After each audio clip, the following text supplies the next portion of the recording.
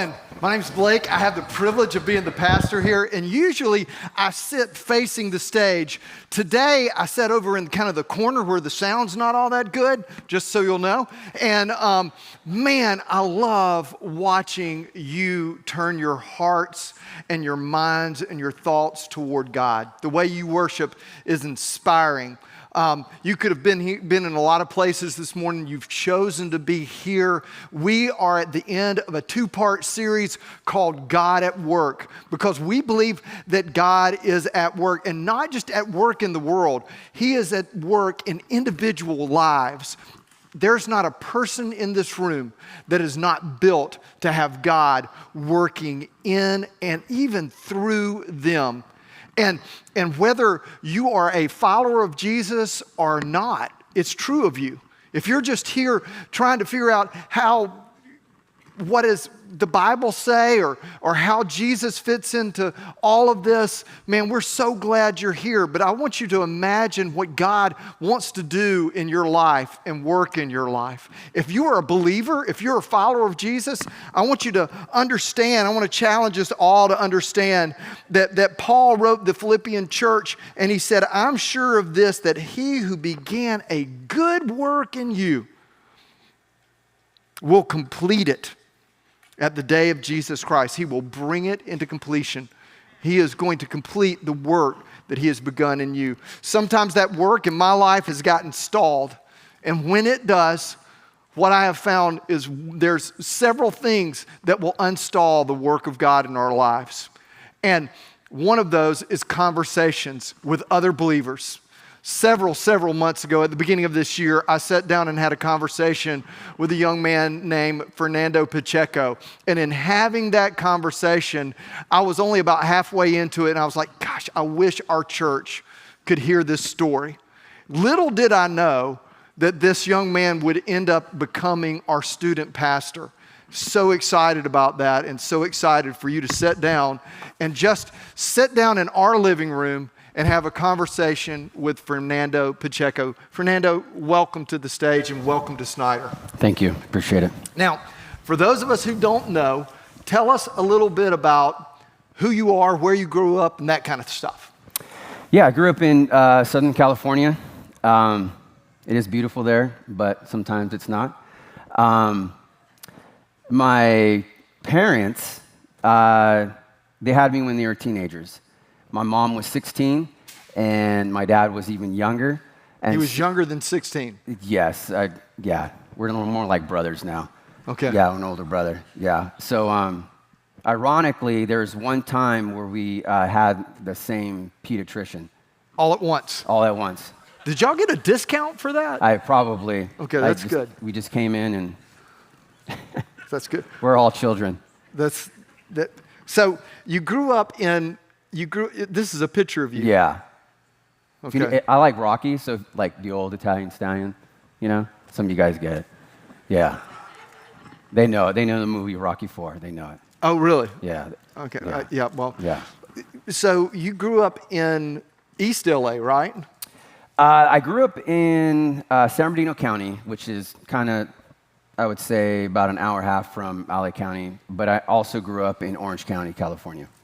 So how did you grow up in both places, Fernando? You're not, I mean, yeah, one person, one place. Yeah, for sure. So, like I said, my parents were super young when they had me. And, you know, I grew up poor, and it was hard on our family. And so I call it the barrio. It was like the hood, or some people call it like it was gang infested. And so when I was super young, I seen a shooting. I was 12 years old. I walked out of my house, and boom, there's a shooting right in front of me. Like you hear the gun. Yeah, I was going off at one of my friends. He was about 18, I was 12. And so that's when my dad was like, you know what, we got to move into like a better neighborhood. And so we gathered all the things and went to Orange County, California, and where there was good schools. And yeah, we're even poorer there. So what are other things that just you did when you were growing up? Yeah, I played baseball. That was my vehicle for what was going on in my heart. You've seen like the picture, and I was 12 years old at that time, and you just never know what's going on, like, in a kid's mind. But at that time, I dealt with a lot of hate. Hate Yeah. as a 12-year-old. Yes. I think it was the first time I actually realized that there was evil in this world, and there's a good, and there's a bad, and there's an ugly. And so, I mean, if you look at that picture, you're just like a kid that was going through, like, chaos. Looked pretty normal. Yeah, but yeah, when I was a kid, I was mistreated by an extended family member, and that's what began to turn, like, this heart of hatred. And so I used baseball as kind of like my outlet. Even one time I went to school, I think I was a sophomore, and this young lady came up to me, this girl, she was like, "Are you having fun playing baseball?" And I was like, "Yeah, I'm having the greatest time of my life." And she goes, "'Cause you look really upset." And I was like, it's just my baseball face, I don't know. But yeah. So that comment from that girl stuck with you. Yeah, because you look hindsight and you're not sure exactly like what I look like. And I thought I was having a good time.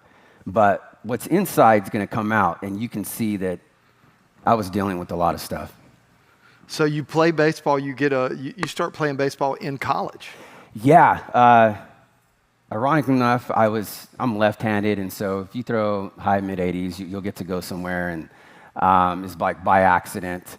And so, yeah, I went to the local like junior college in Huntington Beach, California, and everything was good, everything was fine. Now that's kind of, if you go to one of those colleges, it's kind of a feeder system for moving on to something. Yeah, especially in Southern California. I mean, everybody's good. I always say I was the least of the brotherhood. You know, you got guys throwing like, 90, 95.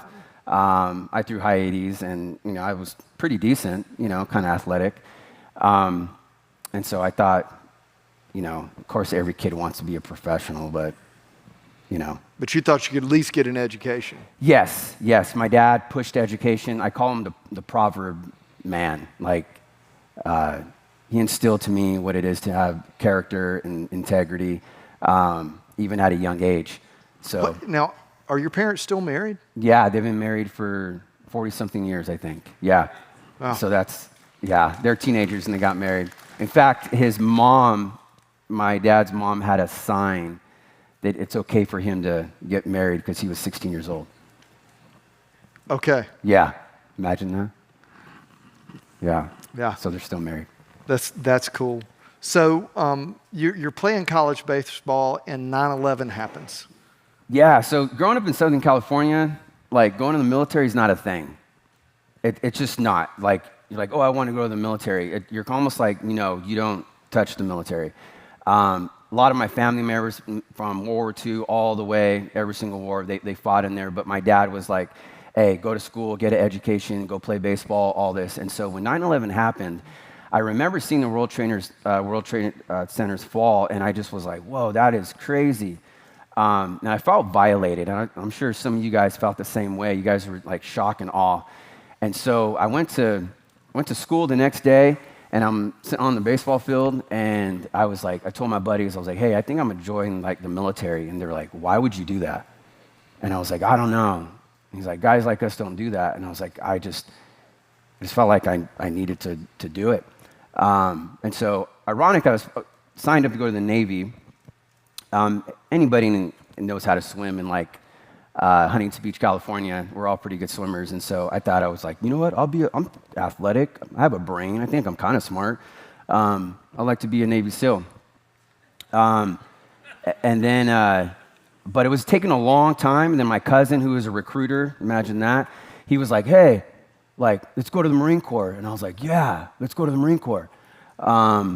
So I went to the Marine Corps, and like 6 months later, this was like 2003, some of you guys are my age, and all of a sudden, 2004, I was like 19 years old, and I was like, what am I doing here? This is fun, but it's not. And so you signed up for the Marines, Yeah. however that works, and your parents were thrilled. No, they were upset. Just like my son, like he's like, Dad, I want to be a Marine Raider, and I'm like, why? Why would you do that? And he's like, well, you like kind of like that. And I'm like, no, like don't you go to the Naval Academy? That sounds better. So like, it was the same thing. Like my dad was like, no, play baseball, go to school. And so you're one of the ways your relative, whom I'm sure your parents were really pleased with as well. No, it took about 20 years to stop the bitterness in my dad's heart. Yeah. Yeah. So one of the things he told you is that you could be active Yeah. sooner if you went into the Marines. Yeah. So he's like, you want to get in the fight? And I was like, yeah, like right now, And So you wanted to get in a fight.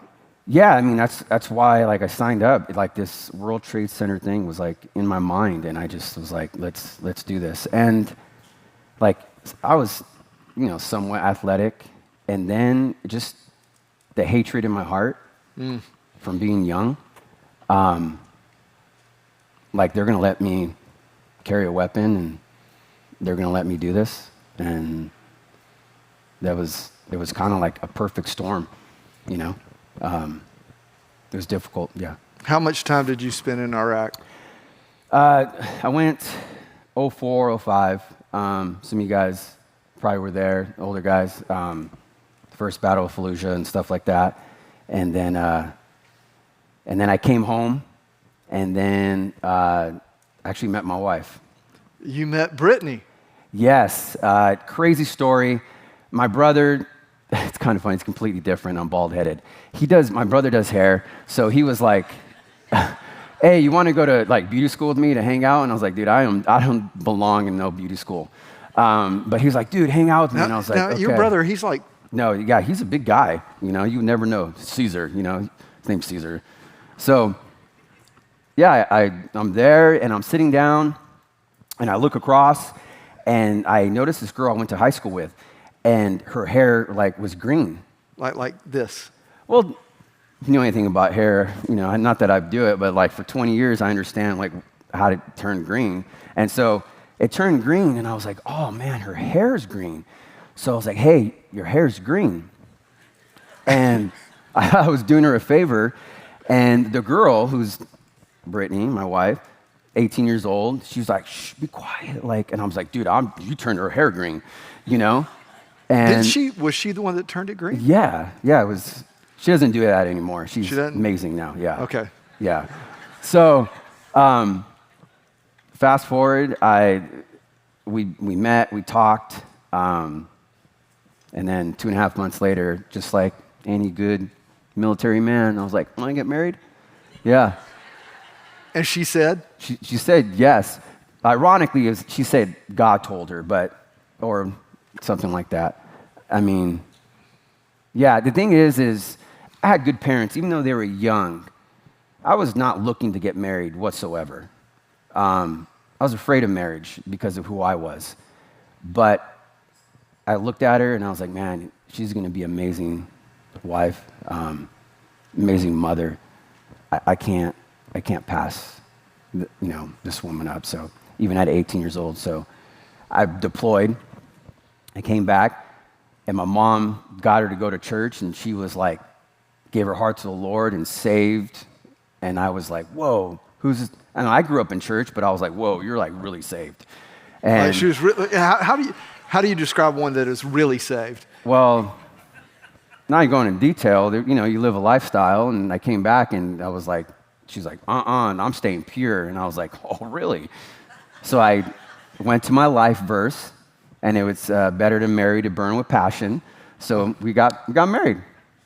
Good for you, and good for her. Good, yeah, I think, yeah. Yeah. So you continue your career in the Marine Corps? Yeah, like I said, if you are somewhat athletic and, just kind of put your uniform on right in the Marine Corps and do your thing and do okay, it was good. I mean, it was like, the picture? It's kind of funny. I think it's funny. You want the other picture in the Marines? The picture when I was in the Marine Corps. They're going to bring it up in a minute? Yeah. So the suspense is killing me. Yeah, but sometimes you have to just ask them nicely. Hey, can we put that picture up now of him in the Marine Corps, please? There it is. What are you doing? Right there was a drill instructor. Something in the Marine Corps, if you're like a drill instructor, a recruiter, you could go ahead and excel your career. And I thought it was like, okay, let's do this. But before then, although like I grew up in church, I would say I grew up as a moralist. If somebody asked me if I was a Christian, yes, I'm a Christian. But I wasn't living it out. And it was one day I was driving home from Camp Pendleton, and if anything was ever audible in my life, it was get out of the Marine Corps and follow me. And Who said that? God, like, and I was like, no. I said no. I was like, no. Like, I don't even like people. You know, I don't want to do this. Like, we didn't even get out. Like, I'm going to do well, like, in the Marine Corps. And I got out. Really? Yeah. It was the best, worst day of my life, yeah. Wow. So what happened then? So I read this verse in the Bible. It says, those who are called to teach are going to be judged like more, like stricter, right? Yeah. I'm sure you read it, you know?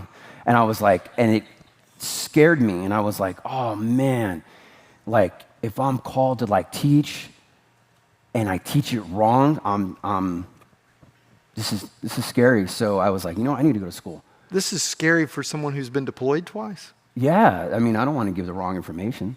Yeah. Like, so I was like, and I wasn't a learning man, and so I was like, I'm gonna go to college, and I was scared. So I went to Talbot School of Theology in California, and it kind of just kept rolling and rolling. Men of God took me under their wing at the Rock Church in San Diego. Right. What did you learn there? Because that was more than just going to church. That was like an internship, right? Yeah. So they were like, hey, so I think you could do this pastoral support team. And I heard pastor, and I heard team, and I heard like people, and I was like, I don't know, man. I just got out of the Marine Corps. Like, I don't know how this thing's gonna work. And they're like, no, I think you should do it. And that's where they really like instilled what it was to serve, to shepherd. They taught me how to do funerals. They taught me how to officiate weddings. And I would just shadow them, and it's a large church, and so I had an opportunity to like teach a little bit, and these men just instill a lot in me.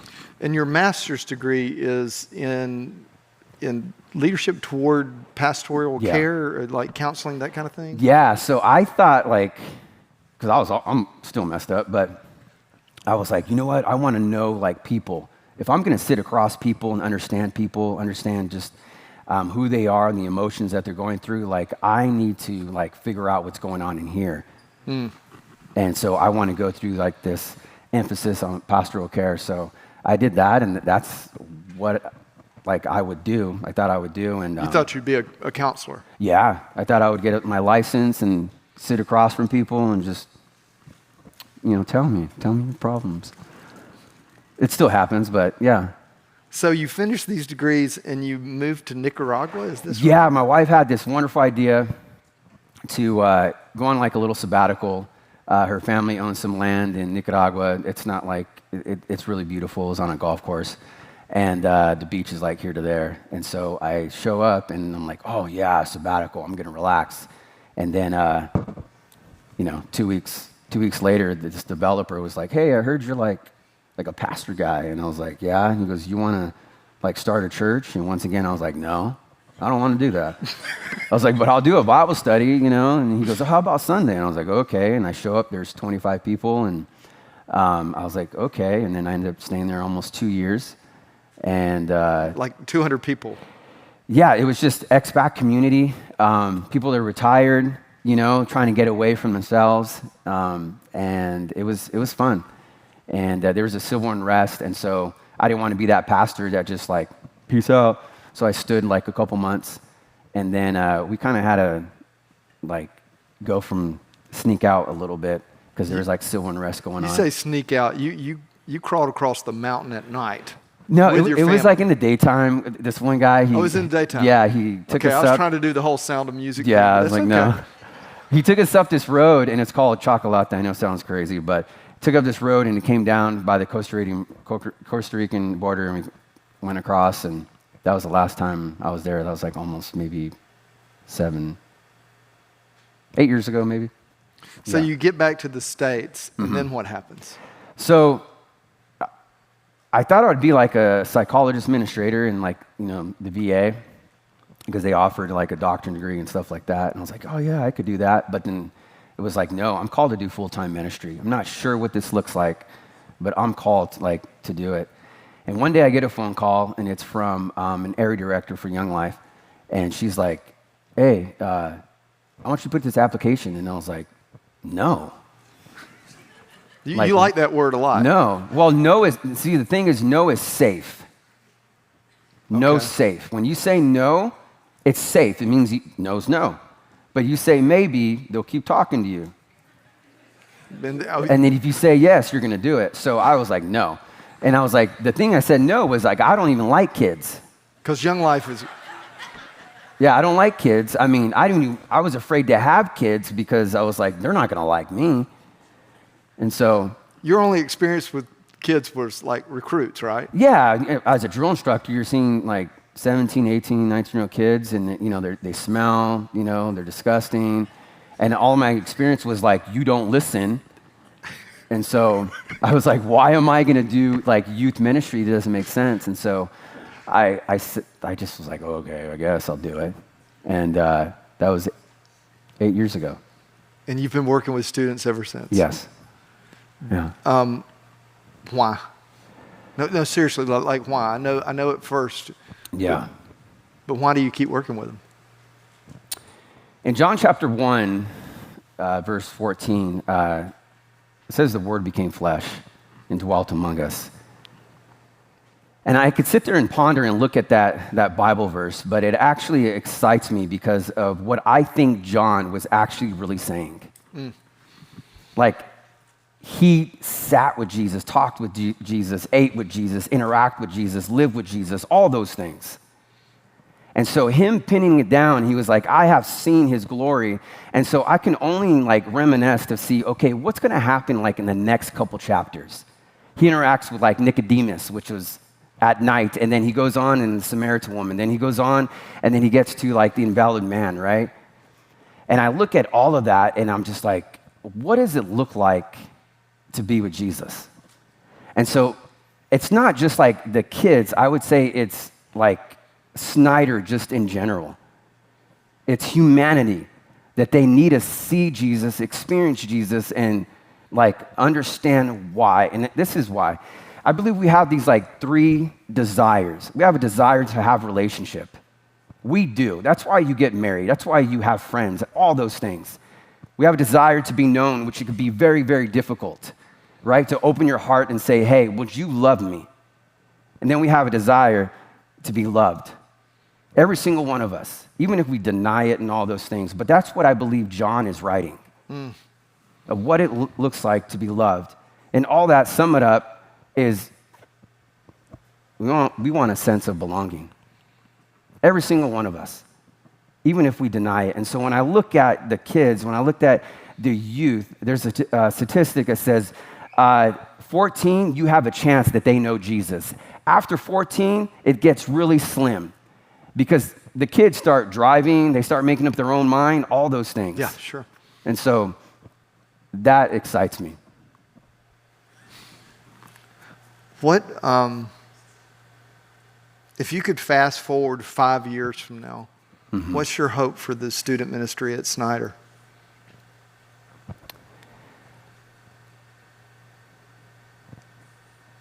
That they would see his glory. I know during the interview process, I would say this, the kids are going to get discipled. They're going to know Jesus. They're going to see his glory. They're going to experience him. But I'm also going to challenge them to do something that's uncomfortable, and I hope they won't say no like me. I want kids that have never stepped foot into church to come to this church. And if I disciple the way I think I know how, it's going to motivate them, and they're going to understand the why, and they're going to want to invite their friends to this church. And by inviting their friends, they're going to invite their family. And I feel that there's going to be a revival here in Fayetteville. That's what I see. I love that picture. Yeah. I believe in that picture.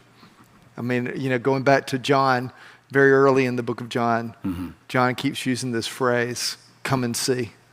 That's inviting. Yeah. We invite the people that we value to the person that we value. Amen. You know, you're a person that had a great deal of pain that caused a great deal of anger, and you even used the word hate. How did God heal you from that? Because we kind of moved through your story, Right. but you know, and we know He drew you, you know, at Camp Pendleton. We know that Brittany was a part of that, drawing you back. We know your parents planted the seeds, but how did that happen?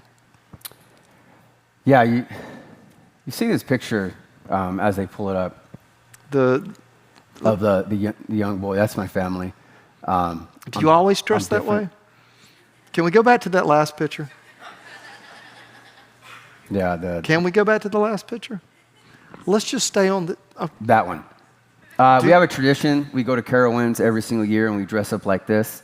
My son has like a bunch of, call them onesies. You guys know what onesies are. And so it's fun. It's festive. I love Christmas. I didn't like Christmas until I had kids because it's exciting. But yeah, that's me now. So, all right, we'll go back to the picture of you in the baseball cap. We'll go back to that one because the picture I just saw is a family that is happy. Mm-hmm. It doesn't look like there's a lot of hatred or anger emanating from you. Yeah. How did this happen? I think sometimes we look at I look at this picture and I think I've seen it for the first time about a week ago. My mom had these pictures out and I look at it and it broke my heart because I knew what I was going through at that time. I knew what was going on behind the eyes and into the heart and mind. And I knew I was dealing with anger. I knew I was dealing with hatred because of things that I've experienced. And I believe some of us have experienced those same things, like where you deal with hate or you deal with anger, you don't know what to do with it, and you just like, it consumes who you are. It takes hold of you. And then you go on to the Marine Corps, and then it almost like encompasses, and it gets more and more, and it gets deeper and deeper, and it comes down and down. But if I look at that kid, I would look at a statistic. Every single birthday, I say thank you to my mom for saying yes to me. Yeah. She was 16 years old. And I look at the picture again, and I'm like, man, like, poor kid.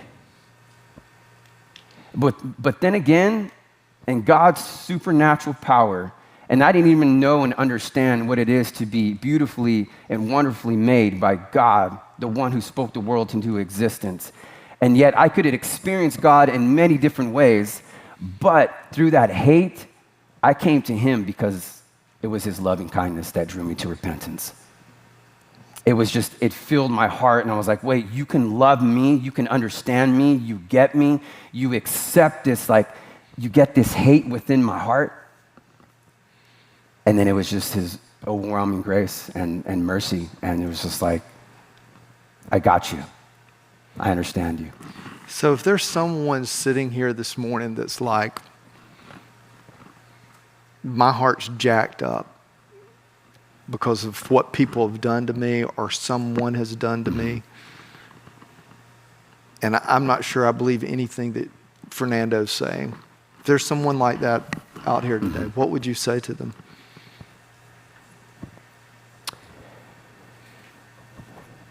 But first, my heart hurts for you. How much more does God's heart hurt for you? You may have came in and stepped foot, and you're like waiting to hear like a sermon, and you're here like an interview, and you're saying like what is going on?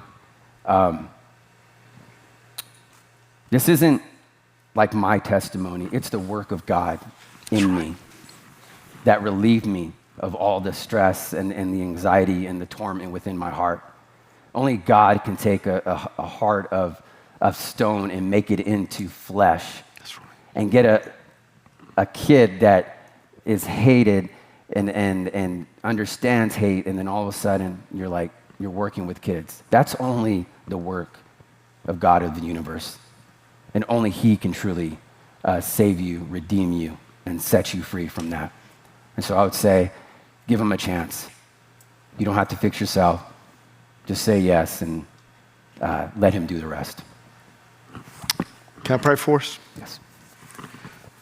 Father, it's an honor to sit on this stage with this man. Father, it's an honor to know that he is going to be one of our teammates, that Judah and Ava and Brittany are joining us. But Father, what would be really beautiful today is that you would begin to work healing in individuals' lives that are holding on to things that you want to take from them. And Father, I pray that they would not let something that was not God's will, not your will, keep them from your love and your acceptance and your kindness. So if there's anyone here this morning that just simply needs to give their life to you, I pray that they would.